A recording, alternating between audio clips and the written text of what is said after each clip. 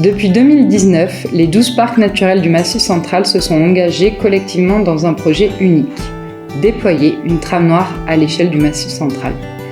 L'une des premières actions réalisées a été la réalisation d'un diagnostic de la pollution lumineuse via une cartographie précise du territoire. Plusieurs actions concrètes sont ensuite venues compléter ce diagnostic.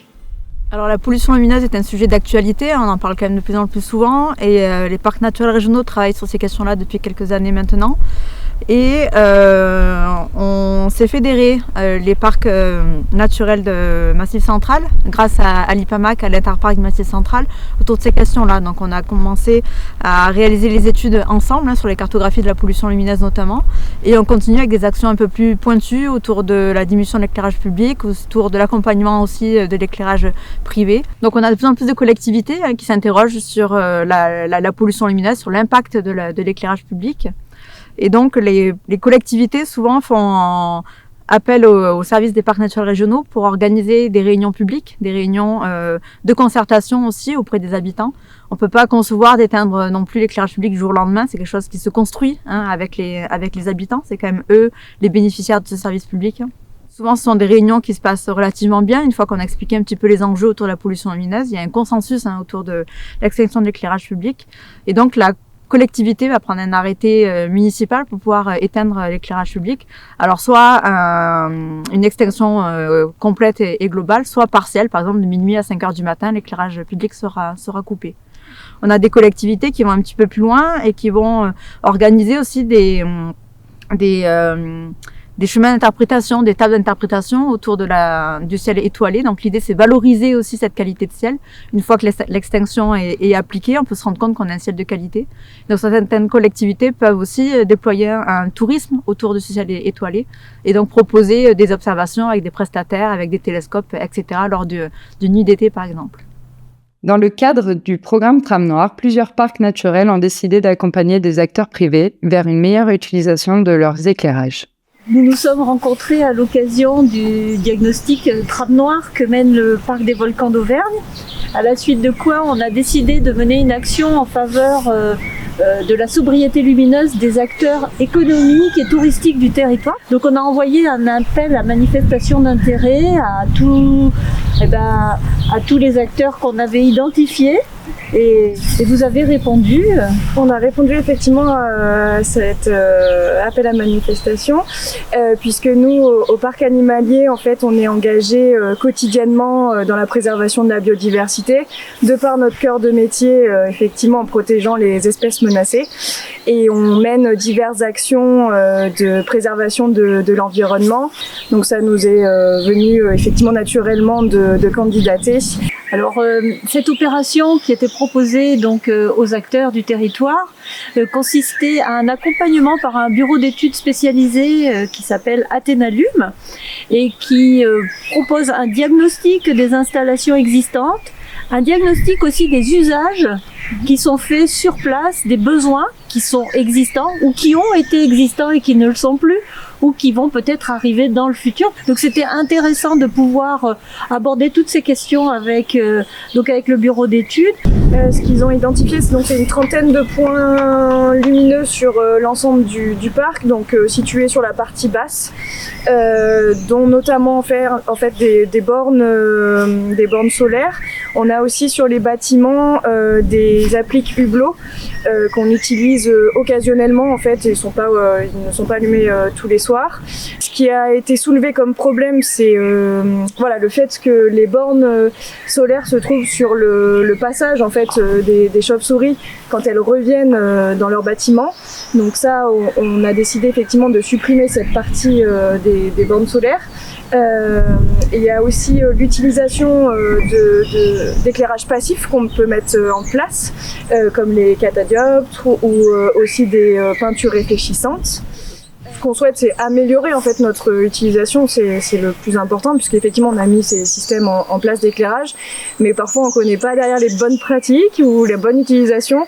Et ce diagnostic a été très intéressant, puisque voilà, maintenant on sait, on a soulevé les problèmes, on sait comment s'adapter. Il y a des choses faciles en plus à mettre en place. Donc oui, là cette année on va déjà prendre des mesures et on va faire évoluer ça dans les prochaines années. Donc c'était un diagnostic qui était très satisfaisant pour le parc animalier. Alors, pour nous, c'était vraiment intéressant pour deux choses. D'abord parce que dans le diagnostic, 30% de la pollution lumineuse identifiée sur le territoire du parc concerne les acteurs privés, donc les acteurs économiques, mais aussi les particuliers. Donc on a plusieurs actions en cours sur cette cible d'habitants de notre territoire, dont cette action.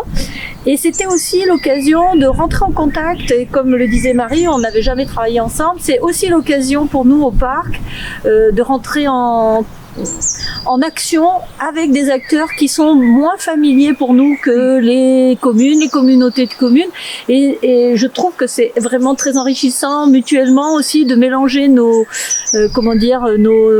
objectifs, nos façons de travailler, et c'était pour nous très intéressant. Au-delà des acteurs privés et publics, les parcs naturels mettent également en place des actions de sensibilisation auprès du grand public. 4 parcs naturels régionaux ont par exemple développé des animations à destination des familles, des scolaires et des élus. L'objectif pour nous, c'était de toucher le plus grand nombre de personnes de manière différente, de jour comme de nuit. Et ça a été le cas avec la création de ces 4 animations. Ces 4 animations avaient un parcours et un sens commun, mais qu'elles sont basées sur l'adaptation des sens et comment l'homme s'adapte à la nuit et comment il peut résister aussi à la nuit. On nous a demandé de travailler sur différents publics cibles, allant d'un public enfant à des élus et des adultes. Ainsi, 4 animations ont pu voir le jour.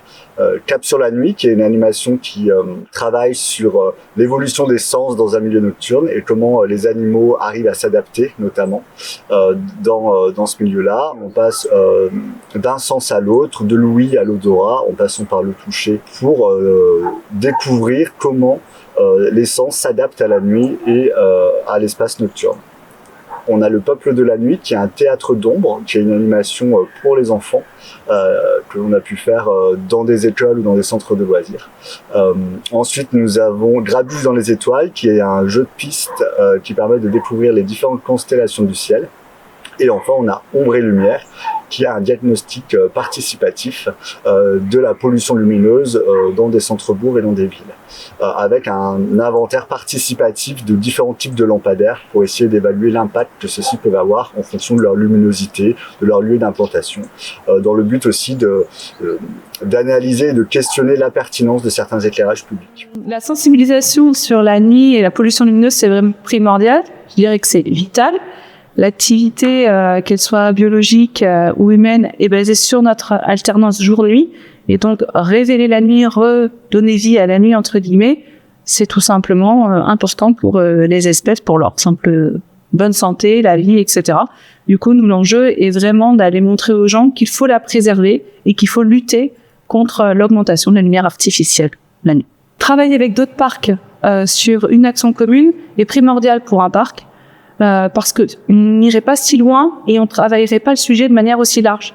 À plusieurs, on est plus fort, on est plus efficace et ça permet de vraiment creuser le sujet. Je donne l'exemple des acteurs privés. Nous, on est réserve de Ciel étoilé depuis 2021. On l'avait mis dans notre programme d'action, mais c'est grâce à l'action IPAMAC qu'on a pu vraiment prendre du temps pour y bosser. Parce que tout simplement, il y a eu appel à des prestataires qui viennent avec leurs compétences sur le terrain, qui soit eux nous aident à monter en compétences, soit nous font du travail que l'on n'aurait pas pu faire ou qu'on n'aurait pas imaginé faire si on n'avait pas travaillé avec d'autres parcs du Massif central. Donc moi je suis très enthousiaste par les actions qui sont menées en collectif avec IPAMAC, avec les autres parcs du Massif central, d'abord parce qu'on a des problématiques qui sont souvent très proches. On a tous essayé des trucs, on se passe les bons plans, on partage nos expériences, on s'enrichit les uns des autres. On arrive à faire des choses qu'on n'arriverait pas à faire tout seul, c'est une évidence. Par exemple, IPAMAC nous permet aussi d'aller émarger à des lignes de financement auxquelles on n'arriverait jamais à aller chercher nous en individuel parce qu'on n'aurait pas assez pas assez de temps, pas assez de fonds engagés, et puis pas l'intelligence finalement collective qu'on peut avoir avec le réseau.